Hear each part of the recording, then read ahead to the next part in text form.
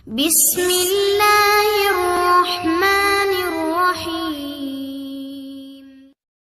अल्हम्दुलिल्लाहि वहदह वस्सलातु वस्सलामु अला मन ला नबिय्य बअदह। फ़अऊज़ु बिल्लाहि मिनश शैतानिर रजीम। बिस्मिल्लाहिर्रहमानिर्रहीम। कुंतुम खैरा उम्मतिन उखरिजत लिन्नास तअमुरून बिल मारूफ व तनहौना अनिल मुनकर। सदक़ल्लाहुल अज़ीम।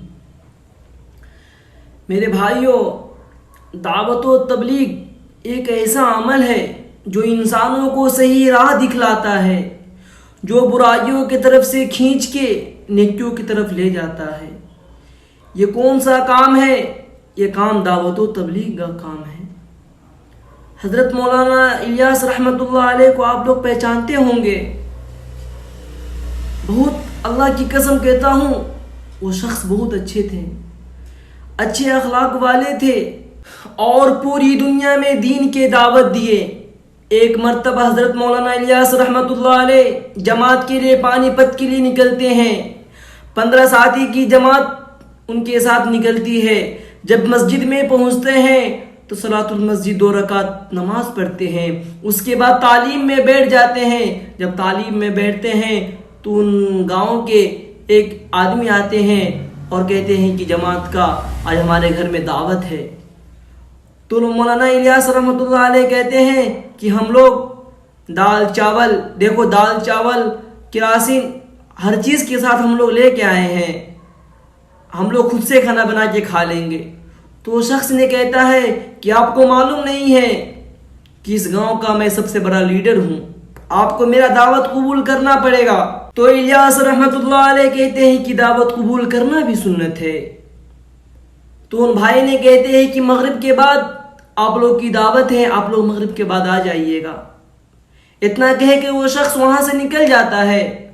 फिर थोड़ी ही देर के बाद उनका छोटा भाई आता है कि मौलाना साहब, जो हमारा भाई दावत दे के गया है वो वक्त को आप कैंसिल कर दीजिए, आपको ईशा के बाद हमारे घर में दावत है।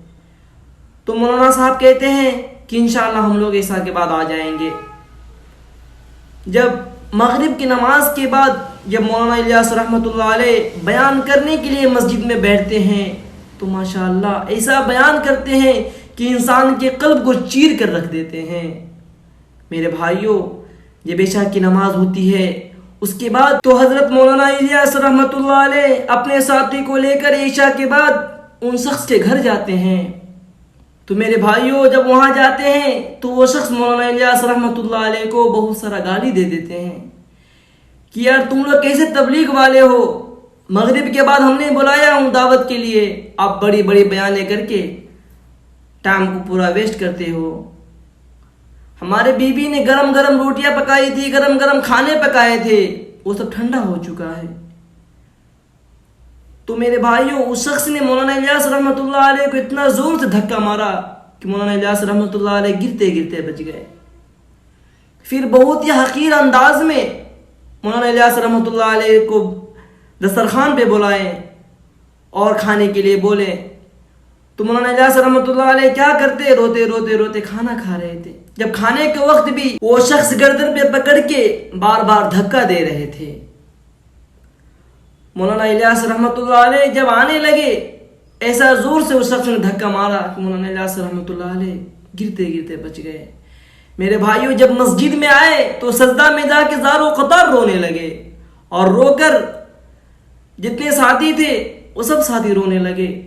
जब साथी ने मौलाना इलियास रहमतुल्लाह अलैह से पूछा कि आपको इतना गाली सरा दिया था, आपको इतने सारे बातें कही, मगर आप एक अल्फाज भी नहीं उसको बोले। तो मौलाना इलियास रहमतुल्लाह अलैह के ज़बान से क्या निकलती है कि मेरे भाइयों, अगर मैं वहाँ पे मुंह खोल देता तो उन 2 भाई के अंदर झगड़े होता, उनकी बीविया के अंदर झगड़े होती, उनकी माँ या तो छोटे भाई की तरफ जाता या तो बड़े भाई की तरफ जाता।